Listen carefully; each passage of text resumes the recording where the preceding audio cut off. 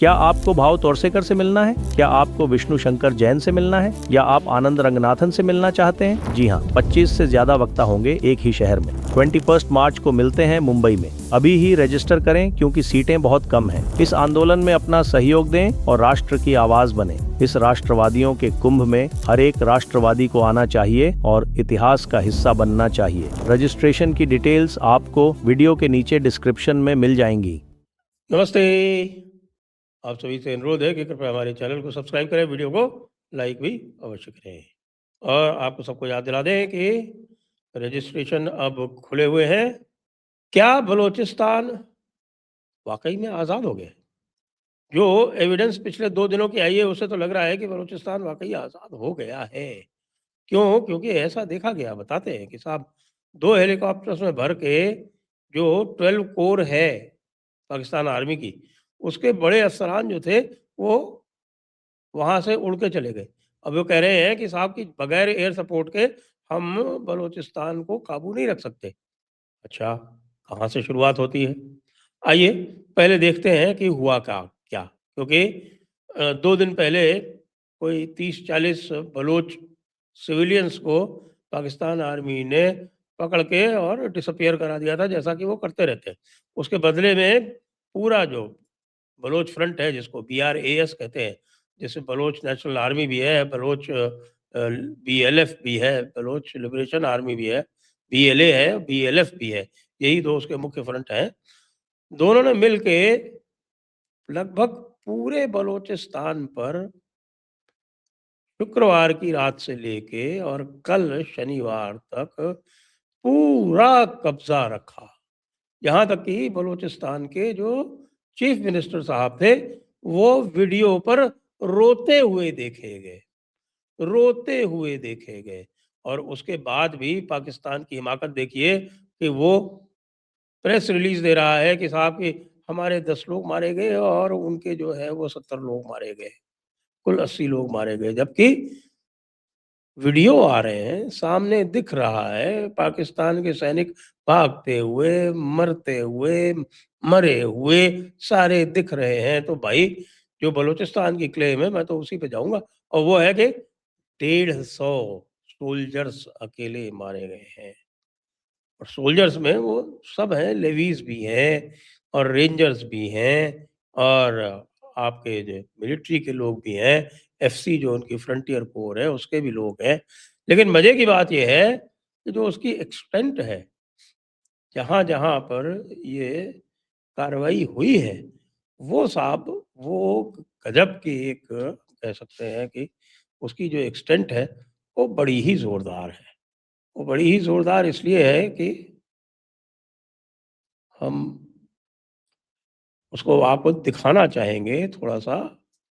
तो आप ये देखिए, कराची से शुरू होती है ये कार्रवाइयाँ। बिल्कुल, आप ये देखें कि हाँ, हाँ। मैप दिखाइए ज़रा।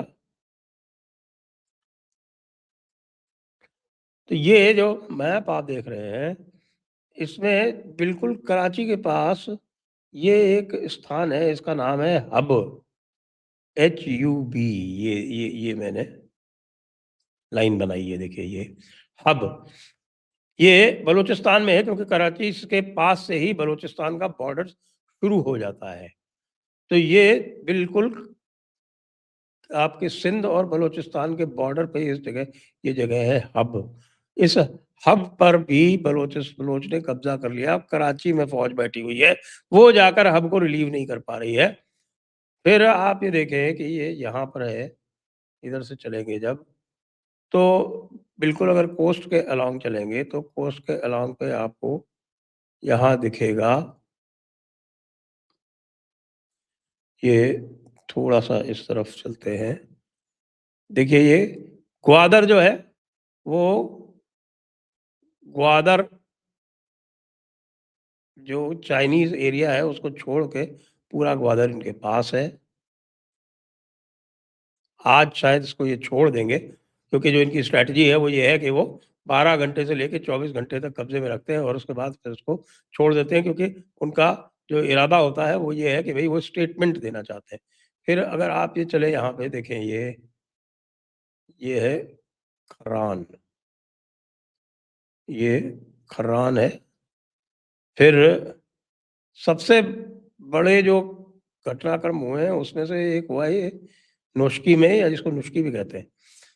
नुश्की जो है वो पाकिस्तान की इकोनॉमी की, पाकिस्तान की जो पूरी आपके माइनिंग इंडस्ट्री जिससे वो पैसे कमाते हैं, जो आपको पता है, ये हमने यहाँ पर आपको ये बना रखा है, ये देख रहे हैं आप। ये रेकोडिक है और ये सैंडक है। ये दोनों माइंस जो हैं यहाँ से कॉपर और गोल्ड की माइनिंग करके, और इसको ये जो रोड है ये जो जा रही है आपके ये नुश्की होते हुए, इससे फिर उसको ले जाया जाता है और इसको फिर बाकी आगे जाके जो रिफाइनिंग इत्यादि जो इनकी होती है वो वहाँ की जाती है। तो नुश्की, खर्रान, ये आपने देखा, ये रेकोडिक, और ये तो मैंने इसलिए दिखाया कि इनके रास्ते रुक गए हैं। बाकी नीचे मैंने आपको बता दिया, ये ग्वादर है, ये पासनी है, यहाँ पे इधर जो पासनी, और ये कराची के पास में ये हब। और आगे चलेंगे आप तो आप देखेंगे कि फिर मैं आपको निशानदेही कर देता हूँ साहब, निशानदेही तो ज़रूरी है यहाँ पर। ये देखिए, ये है क्वेटा। क्वेटा आप अच्छी तरह से जानते ही हैं, राजधानी है। क्वेटा में जो 12 कोर का जो ऑफिस है, उसके अंदर ये लोग घुसे हुए थे। 12 कोर के ऑफिस से लोग छोड़ के भागे चमन। ये, और मुझे बताया गया है कि सिब्बी, सिब्बी में भी यही स्थिति थी। लगभग 12 स्थान ऐसे थे इन स्थानों पर जहाँ पर हमला करके पूरी तरह से उसको काबू में कर लिया, और ऐसा पहली बार हुआ कि एक साथ 12-13 स्थानों पर इन्होंने इस तरह से कब्जा जमाया हो। अब मैं और आपको बता देता हूँ कि स्थिति और बाकी क्या है। यहाँ पर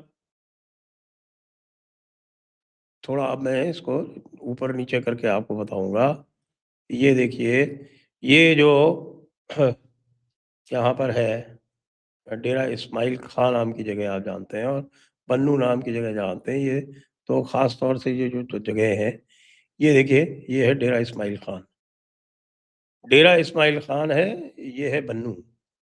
बन्नू और डेरा इस्माइल खान ये दोनों केपी में हैं। तो ये जो बन्नू से डेरा इस्माइल खान वाली जो जगह है, ये पूरी तरह से टीटीपी के कब्ज़े में है, और टीटीपी पूरी तरह से कोऑर्डिनेट कर रही है हमारे पश्तून भाइयों के साथ में। तो जैसा मैंने बताया, चमन, क्वेटा, मस्तूम, कलात, नौशकी और खर्रान, और जो आपके नीचे के जो इलाके हैं, यानी कि मैंने बताया आपको हब, फिर आपके पासनी, ग्वादर, ये सब कम से कम दिन ढलने से पहले तक की जो खबर है वो ये है कि ये बलोचों के कब्जे में थे। बलोचों के, जैसे मैंने आपको बताया, कि टैक्टिक यही है कि उसको उसको कब्जे में रखते हैं, फिर उसके बाद उसको छोड़ देते हैं। अच्छा, हुआ क्या है? हुआ ये है कि अभी जो ईरान में जो किस्सा हुआ था, ईरान में, फुल स्क्रीन प्लीज़। आपको पता है कि ईरान में प्रोटेस्ट चल रही थी, और उनको प्रोटेस्ट को क्वेल करने के लिए भेजी गई थी पाकिस्तान आईएसआई की तरफ से कुमक। और वो कुमक भेजी गई थी, और ख़ास तौर से उनको जो है वो अ, प्रोटेस्ट को चालू रखने के लिए भेजा गया था। वो प्रोटेस्ट को चालू रखा गया था। स्टारलिंक के जो इक्विपमेंट थे, वो स्टारलिंक के इक्विपमेंट स्मगल कराए गए थे यहाँ से। उसके अलावा जो इनकी तंजीमें हैं, वो वहाँ गई थी, और वहाँ बैठ के वो सब तमाशेबाज़ी कर रही थी।